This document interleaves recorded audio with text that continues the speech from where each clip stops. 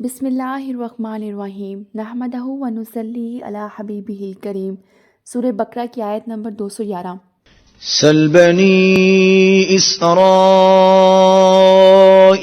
كم آتيناهم من آية بينة ومن يبدل نعمة الله من بعد ما جاءته فإن الله شديد العقاب۔ اے پیغمبر، بنی اسرائیل سے پوچھو کہ ہم نے ان کو کتنی کھلی نشانیاں دیں، اور جو شخص اللہ کی نعمت کو اپنے پاس آنے کے بعد بدل دے تو اللہ سخت عذاب کرنے والا ہے۔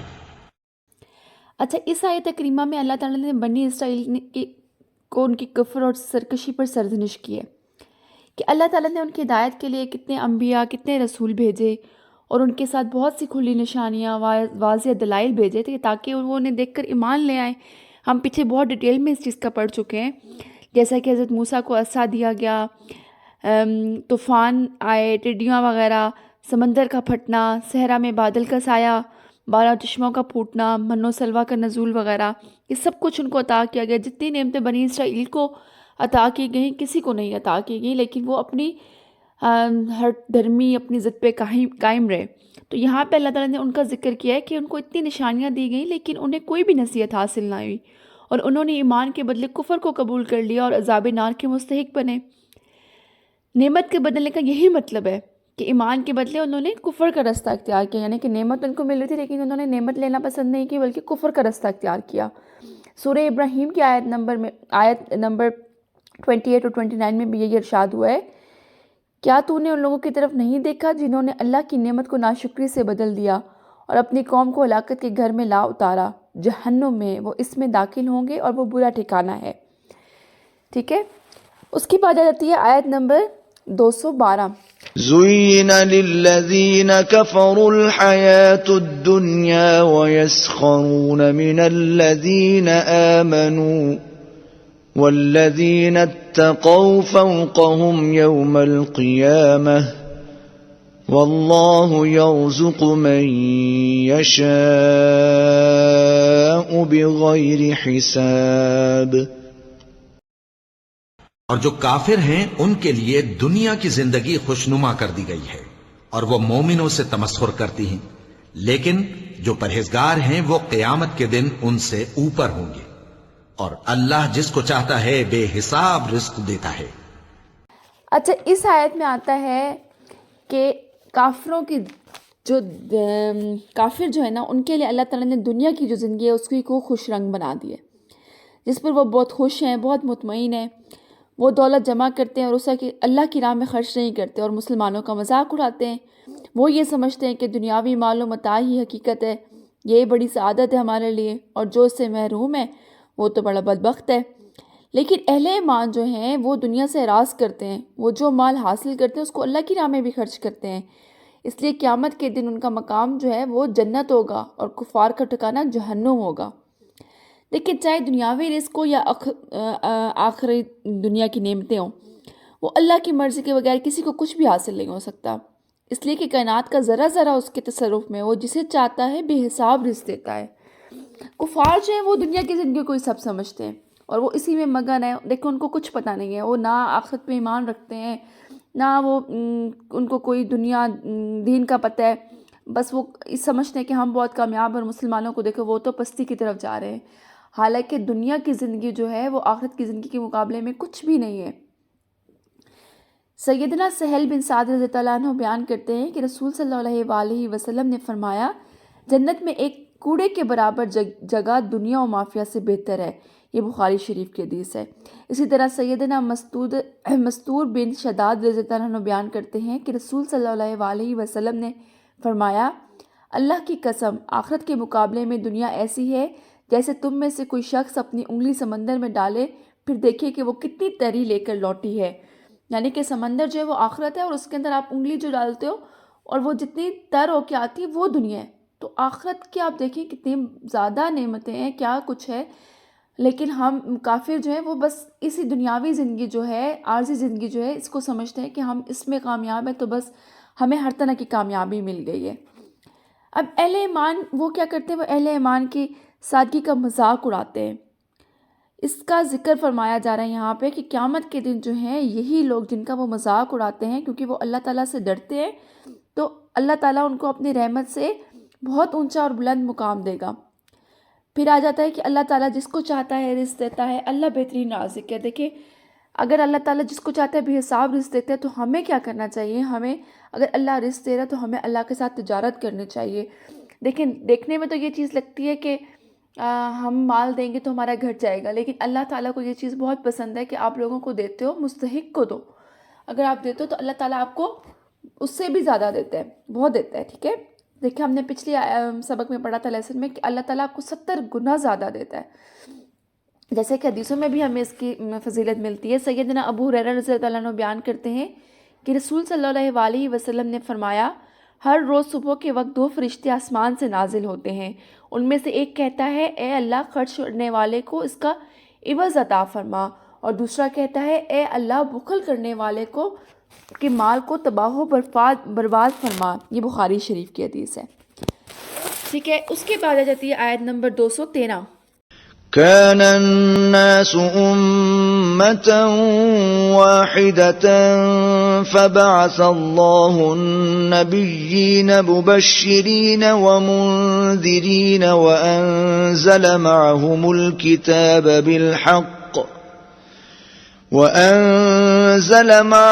الكتاب بالحق ليحكم بين الناس فيما اختلفوا فيه وما اختلف فيه إلا الذين أوتوه من بعد ما جاءتهم البينات بغيا بينهم فهدى الله الذين آمنوا لما اختلفوا فيه من الحق بإذنه والله يهدي من يشاء إلى صراط مستقيم. پہلے تو سب لوگوں کا ایک ہی مذہب تھا، لیکن وہ آپس میں اختلاف کرنے لگے تو اللہ نے ان کی طرف بشارت دینے والے اور ڈر سنانے والے پیغمبر بھیجے اور ان پر سچائی کے ساتھ کتابیں نازل کی تاکہ جن امور میں لوگ اختلاف کرتے تھے ان کا ان میں فیصلہ کر دے. اور اس میں اختلاف بھی انہی لوگوں نے کیا جن کو کتاب دی گئی تھی، باوجود کہ ان کے پاس کھلے ہوئے احکام آ چکے تھے، اور یہ اختلاف انہوں نے صرف آپس کی ضد سے کیا. تو جس امر حق میں وہ اختلاف کرتے تھے اللہ نے اپنی مہربانی سے مومنوں کو اس کی راہ دکھا دی، اور اللہ جس کو چاہتا ہے سیدھا رستہ دکھا دیتا ہے. اب اس آیت میں اس تاریخی حقیقت کا انکشاف فرمایا گیا ہے کہ انسانیت کی ابتدا جو ہے وہ کفر و شرک عظیم الشان مخلوقات یعنی کہ سورج، چاند، بجلی، ہوا، پانی، فرشتے وغیرہ کی پرستش سے نہیں ہوئی تھی، بلکہ خالص توحید سے ہوئی تھی. ابتدا میں جو تمام انسان تھے وہ ایک ہی دین توحید رکھتے تھے اور ایک ہی ملت تھی ان کی. آدم علیہ السلام سے لے کر نوح علیہ السلام تک لوگ اسی پر توحید پر قائم رہے. بعد میں کیا ہوا؟ حضرت نوح علیہ السلام کو اللہ تعالیٰ نے مبعوث فرمایا، یہ بعثت میں سب سے پہلے رسول ہیں. ٹھیک ہے، اس کے بعد جو ہے وہ امت میں اختلافات پیدا ہو گئے. سورہ یونس میں بھی ارشاد فرمایا گیا ہے اور نہیں تھے لوگ مگر ایک ہی امت، پھر وہ جدا جدا ہو گئے. پھر اس کے بعد کیا ہوا کہ اللہ نے مختلف انبیاء بھیجے جو خوشخبری بھی دیتے تھے اور ڈر بھی سناتے تھے. خوشخبری کس چیز کی دیتے تھے؟ کہ اگر تم ہمارے جو ہم شریعت لاتے ہیں، جو اللہ کے احکامات لاتے ہیں، ان پر ایمان لاؤ گے تو تمہارے لیے اچھا ٹھکانہ ہے. اور ڈراتے کس چیز سے تھے کہ اگر نہیں مان لاؤ گے تو تمہارا ٹھکانہ جو ہے وہ جہنم ہے. اب ان انبیاء کے ساتھ اللہ تعالیٰ نے مختلف کتابیں بھی اتاری تاکہ لوگ جو اپنی ضد کی وجہ سے اختلافات میں پڑ گئے ہیں ان کو حق واضح ہو جائے. لیکن وہ لوگ جو تھے وہ ہر درمی ضد میں اتنے آگے بڑھ گئے تھے کہ وہ ان کتابوں میں بھی اختلافات کرتے تھے. سیدنا عبداللہ بن عمر رضی اللہ عنہ بیان کرتے ہیں کہ رسول صلی اللہ علیہ وسلم نے 2 آدمیوں کی آواز سنی جو ایک آیت میں اختلافات کر رہے تھے. آپ صلی اللہ علیہ وسلم باہر تشریف لائے. آپ کے چہرے سے غصے کے آثار ظاہر ہو رہے تھے. آپ صلی اللہ علیہ وسلم نے فرمایا تم سے پہلے جو لوگ تھے وہ اللہ کی کتاب میں اختلاف کرنے کی وجہ سے ہلاک ہوئے تھے. یہ مسلم شریف کی حدیث ہے. یعنی کہ اللہ ایک ہی حکم ہوتا ہے اور اس میں بھی اختلافات کرتے تھے لوگ. تو اللہ تعالیٰ نے پھر کیا کیا کہ پہلی اچھا یہ جو ان کی اختلافات پیدا ہوتے تھے نا، یہ نہیں تھا کہ وہ لا علم تھے، لا علم تو نہیں تھے، ان کو اللہ تعالیٰ ہر طرح کی ہدایت کے لیے پیغمبر بھی بھیج رہا تھا، کتابیں بھی بھیج رہا تھا، بلکہ وہ حسد کا شکار تھے، ضد تھی ان کے اندر، سرکشی تھی، اس کی وجہ سے ان میں اختلافات پیدا ہوئے تھے، جس سے وہ فرقوں میں بڑھ گئے تھے اور گمراہ ہو گئے تھے۔ پھر اللہ تعالیٰ نے کیا کیا کہ اپنے آخری نبی صلی اللہ علیہ وسلم کو بھیجا، اللہ تعالیٰ نے کتاب دی، قرآن پاک نازل کیا، تاکہ جو بھی اختلافات ہیں لوگوں میں وہ ختم ہو جائے۔ تو پھر جو لوگ جو تھے وہ ایمان لے آئے حضور پاک صلی اللہ علیہ وسلم پر، اللہ کی نازل کی ہوئی کتاب پر ایمان لے آئے، تو اللہ تعالیٰ نے ان کو ہدایت کا سیدھا رستہ دکھا دیا۔ بے شک اللہ تعالیٰ جو ہے جس کو چاہتا ہے ہدایت کا رستہ دکھاتا ہے، جس کو اللہ تعالیٰ چاہتا ہے وہ سیدھا رستہ دکھاتا ہے، اور جس کو جو گمراہ رہنا چاہتا ہے تو پھر اللہ تعالیٰ اس کو دلوں پہ تالے لگا دیتا ہے، اس کے دلوں پہ زنگ لگا دیتا ہے، ٹھیک ہے۔ تو اس آیت میں ہم نے مین کیا پڑھا ہے، اس کا خلاصہ کیا ہے کہ پہلے ایک امت تھے، پھر اس کے بعد اللہ تعالیٰ نے سب توحید پہ تھے، ٹھیک ہے، پھر اللہ تعالیٰ نے پھر ان میں اختلافات پیدا ہو گئے، اختلافات کسی لا علمی کی وجہ سے نہیں ہوئے، بلکہ اختلافات ان کی صرف ضد اور ہٹ درمی کی وجہ سے ہوئے۔ پھر اللہ تعالیٰ نے مختلف نبی بھیجے، وہ خوشخبری دیتے تھے، وہ ڈراتے بھی تھے، پھر ان کے ساتھ کتابیں اتاری تاکہ وہ جن چیزوں کی وجہ سے اس میں اختلافات پیدا ہوئے ہیں ان کا فیصلہ کرے۔ پھر اس کے بعد کیا ہوا کہ اللہ تعالیٰ نے اپنے رسول صلی اللہ علیہ وسلم کو بھیجا، اور جو اس پر ایمان لے کر آئے آپ صلی اللہ علیہ وسلم پر، اور آپ کے اوپر جو کتاب اتاری گئی اس پر ایمان لے کے آئے، تو اللہ تعالیٰ نے ان کو ہدایت کا رستہ دکھایا، اور اللہ تعالیٰ جس کو چاہتا ہے وہ ہدایت دیتا ہے، ٹھیک ہے۔ آج کا لیسن ہم یہیں اینڈ کرتے ہیں، نیکسٹ جو ہم انشاءاللہ اگلی آیت سے آغاز کریں گے۔ جزاک اللہ خیر کثیرا۔